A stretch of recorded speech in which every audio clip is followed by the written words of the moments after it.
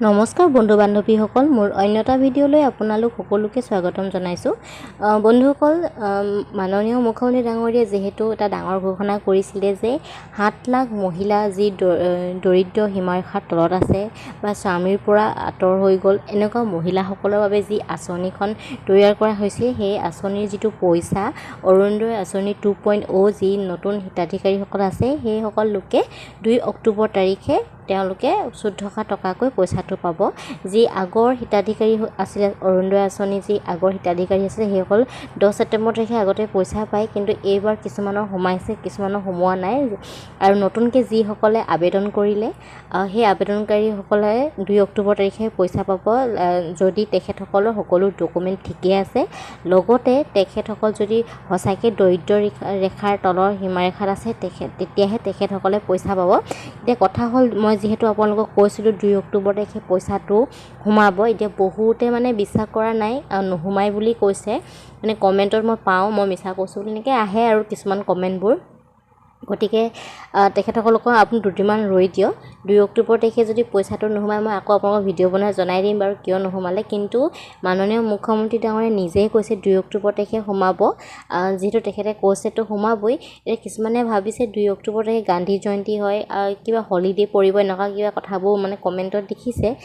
কিন্তু যিহেতু তেখেতে কৈছে 2 অক্টোবৰ তাৰিখে দিম, কাৰণ সেইটো এটা কাৰ্যসূচী ৰাখিছে।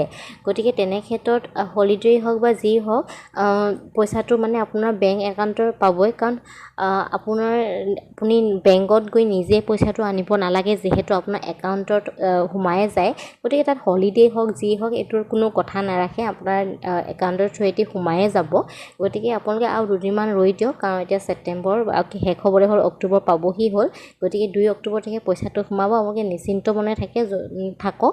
যদি আপোনালোকৰ সকলোবোৰ ডকুমেণ্ট চব ঠিকে আছে, আপোনাৰ পইচাটো সোমাবই। কোনো ধৰণৰ মিছা ভিডিঅ' মই বনোৱা নাই, কিছুমান ইনফৰ্মেশ্যন মই কালেক্ট কৰি পিনে আপোনালোকক জনাওঁ। 2 অক্টোবৰ তাৰিখে সোমাব বুলি যিহেতু মাননীয় মুখ্যমন্ত্ৰী ডাঙৰীয়াই কৈছে, সেইকাৰণে মই কৈছোঁ। কাৰণ মই নিজেই বনাইতো কোৱা নাই 2 অক্টোবৰ কথা। আৰু বেলেগ আপুনি ভিডিঅ'ও চাব পাৰে, তেখেতসকলেও এনেকেই কৈছে, টিভিটো কোৱা হৈছে। হলিডে হওক নহওক কোনো কথা নাই। হলিডে যদি আপুনি যদি গৈ পিনে বেংকৰেদি ল'ব লগা হয়, তেতিয়া হলিডে এফেক্ট হয়। কিন্তু এতিয়া যিহেতু আপোনাৰ ডিজিটেল মাধ্যমত আপোনাৰ নিজৰ একাউণ্টত সোমাই যাব, গতিকে তেনে ক্ষেত্ৰত হলিডে হওক যি হয় কোনো কথা নাই। যিহেতু সোমাব বুলি কৈছে, সোমাব। আপোনালোকে দুদিনমান অপেক্ষা কৰক। আৰু বাছ মই ভিডিঅ'টো এইটো কাৰণে বনালোঁ, কাৰণ বহুতে ভাবিছে মই মিছাকৈ কৈছোঁ বুলি। সেইকাৰণে মই ভাবিলোঁ ভিডিঅ'টো বনাই দিওঁ, আপোনালোকক আৰু এবাৰ জনাই দিওঁ যে মই মিছাকৈ কোৱা নাই। 2 অক্টোবৰ তাৰিখে সঁচাকৈ পইচাটো সোমাব। বাছ আপোনালোকে অপেক্ষা কৰক, আপোনালোকে নিজে গম পাব সোমাব নে নোসোমাব।